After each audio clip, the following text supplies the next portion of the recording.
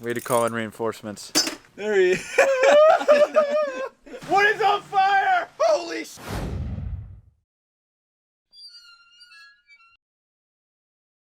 Alright, what's going on, fellas? Blew the 240 up. Oh, there's not a window in the block. This is my dog. He's here.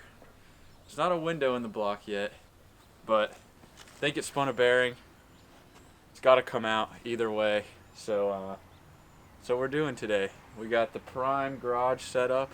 It's a perfect place. $50,000 garage. The lift's getting put in soon.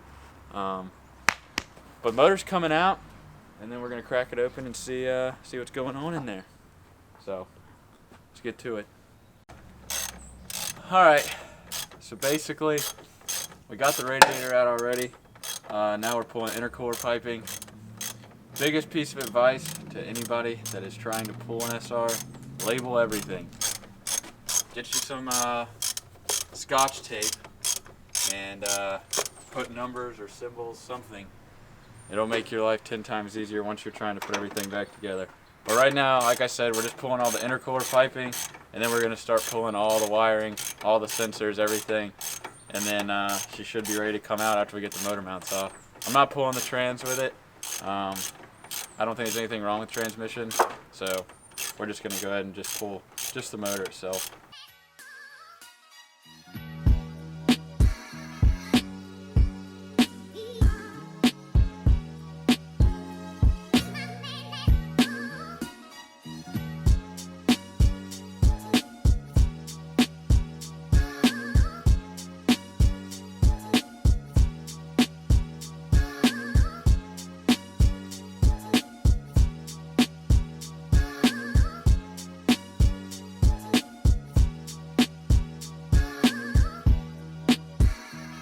All right, so we're definitely in over our heads, if you can't already tell.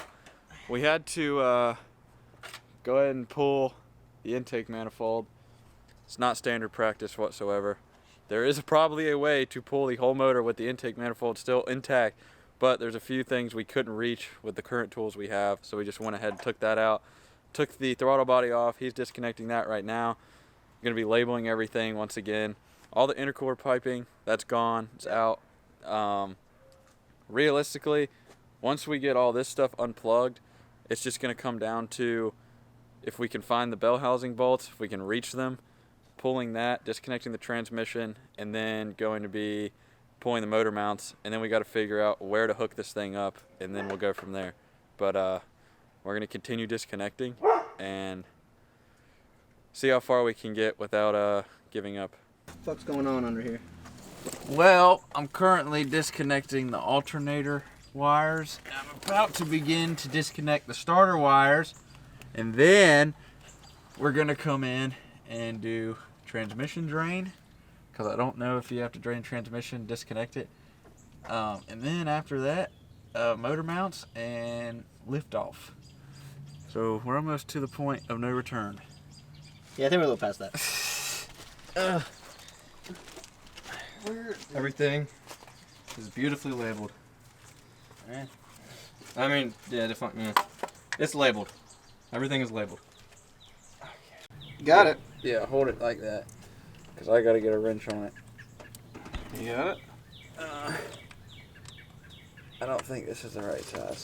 That's good. Maverick has bolts in his mouth. Maverick probably has the right size. Alright, just let that go. One eternity later. Alright, we had to call in reinforcements. Dylan? Dylan's down there. There he is. He's our reinforcements. Oh, fucking water in my shoe. It started raining. It's really bad. We literally have like 2 more bell housing bolts, and then a slave cylinder, and then she's about ready to come out. So it's close. It's really close. We could definitely get it out tonight, but these guys are on it. I took a break to get on the camera. I am very dirty, but 2 more slave cylinder or 2 more bell housing bolts, maybe. Yeah, we got to get the exhaust flange off. One of the bolts is literally round. So after we do this, then pick the camera back up and hopefully she's coming out. But it's gonna be a luck of the draw game right here.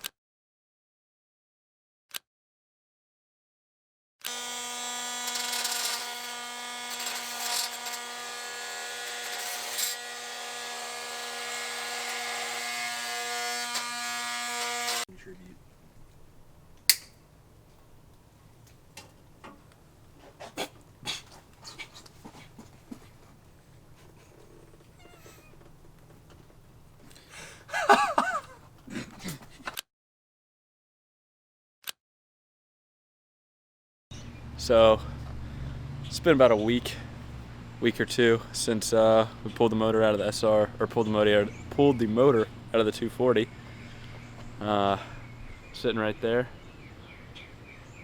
Still have not cracked it open to see what exactly is going on. If I didn't already say, or just to remind everybody, it's got a rod knock on the bottom end, definitely. So we're thinking it probably spun a bearing. Not completely sure, but I've just been pushing back, pulling this thing apart. Don't have time. But my exams are finally done. School's out. Kind of chilling now. Got some more time with it. Maverick sees dog. So we're doing today. We're gonna at least start. Pull the accessories off and turn it over. See what we got going on with the bearings. Shouldn't take too long. Hopefully not. But I'm gonna go ahead and pull the accessories off and stop along the way if we get any trouble. Here's a little update. We got all this. About this side's about 10% done. This side, only thing we got left is the oil filter, really. So it's coming along. But if you really want to help us out, like the video, share it with somebody you know, because I need a set of ratcheting wrenches really bad. I would be done by now if I had a set of ratcheting wrenches. Oh yeah, before I forget, I noticed this. 1, 2, and 3 looking pretty clean. This one, pretty dark compared to these. See, it's just very stained. Definitely running a little rich. I'm coming out of that one, so we'll see what happens. None of the valves look bent from that side, so I guess we'll figure it out once we get there, but we'll keep working at it. Oh my gosh, it's gotten dark. Started to rain again, literally. I got the engine flipped over upside down. One thing I did not realize, there are 2 bolts back there. You can kind of see them.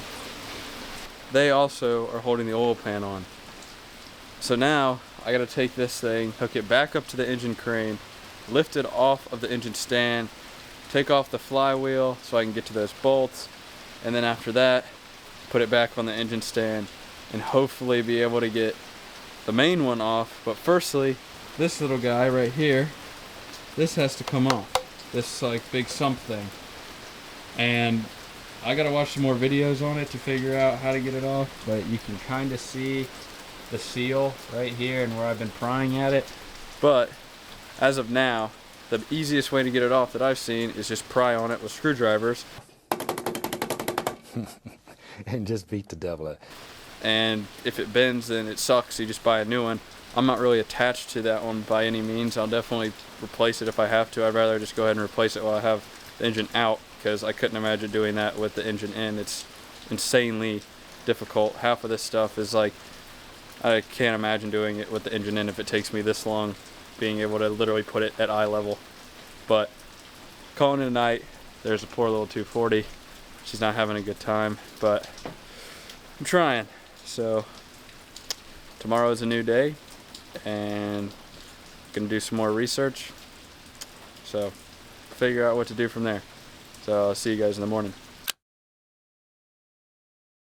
Alright boys, so it's day 2 of the SR20 teardown. Oliver's cranking out the last few bolts so we can crack the main oil pan off. We got the oil sump off. It's down there. It's not looking too hot. There was a piece of metal about that big chilling in the oil sump, but that's like the only piece I found. So we're gonna crack this main oil pan, turn it over, get the real money shot in about 30 minutes. So let's see what happens. All right, so that's off. Oil pan is gone, and we've made a discovery. We have found our culprit.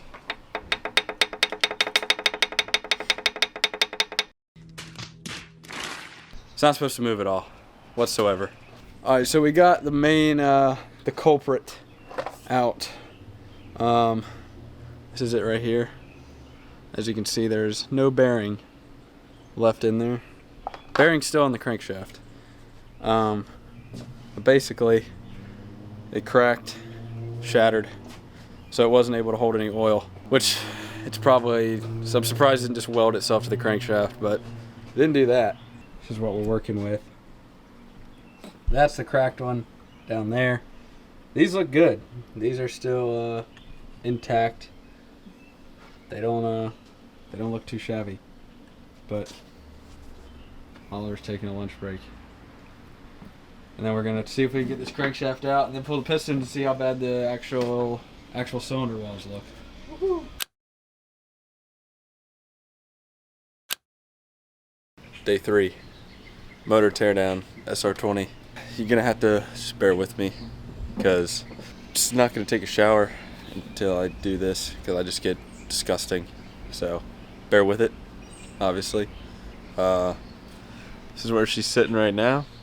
I've got quite the parts pile coming along, so I'm gonna take a little bit to organize some of it. But like I said yesterday, this is the bearing. It went bad.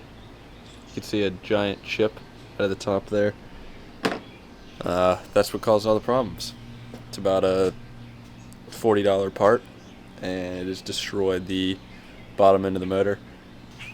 I'm gonna get into it, start separating this head off, and I'll get back. We got the head off. It's gone. But holy shit, that was the biggest pain in the ass I have ever dealt with. That was worse than every other step. The head stud bolts were so tight on this thing. I literally almost like pulled my back out trying to break those things loose. I had ratchet, breaker bar, the bar off of the jack extension, had like a 6-foot breaker bar, still couldn't get them to break until we put all of our force into it. All of my force is just me. I hear voices in my head, they counsel me, they understand. So it's kind of hard to film everything because my hands get like really dirty. I don't want to touch the camera very much, but basically step we're at now, heads off, sitting over there. As of right now, I mean, there is a lot of oil built up on top of the piston heads itself, but that's just because we kept turning it back and forth, so there's not any signs of blow-by really, except obviously the standing oil. But I said that's just from us turning it up and down without taking the head off first. Definitely should have taken the head off before we did anything, make it easier on ourselves. But top of the pistons don't look too bad. There's not any sort of major scorching or anything like that. These two look really good. This one not so much. I think this is our culprit on number 4. So this is the cylinder wall we really need to look at. There's also a little tiny nick right here in the cylinder wall already where the head would have seated, which is kind of weird, but I don't see any nicks anywhere else. So we're just gonna go from there. Big jump, very big jump. But it's pretty much out. Crankshaft is out. Pistons are out. Everything is stripped down.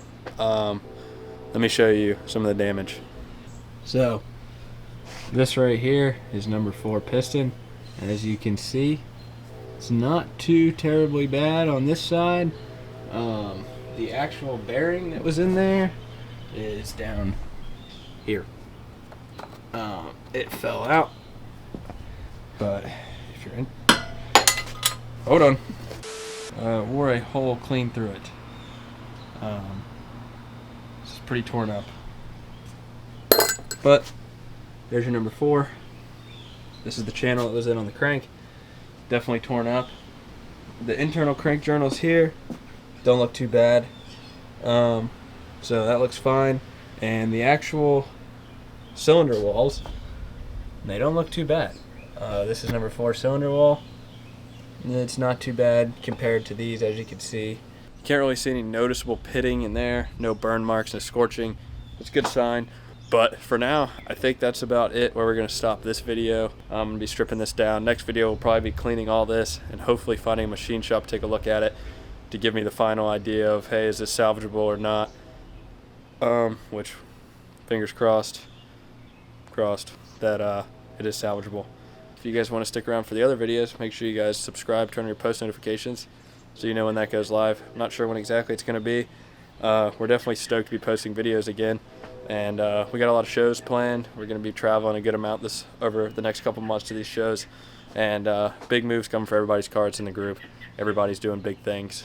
But let's get a SR20 in the comments and place your bets. We'll see if it's salvageable or not.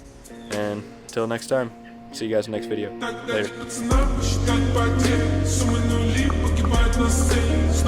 Later.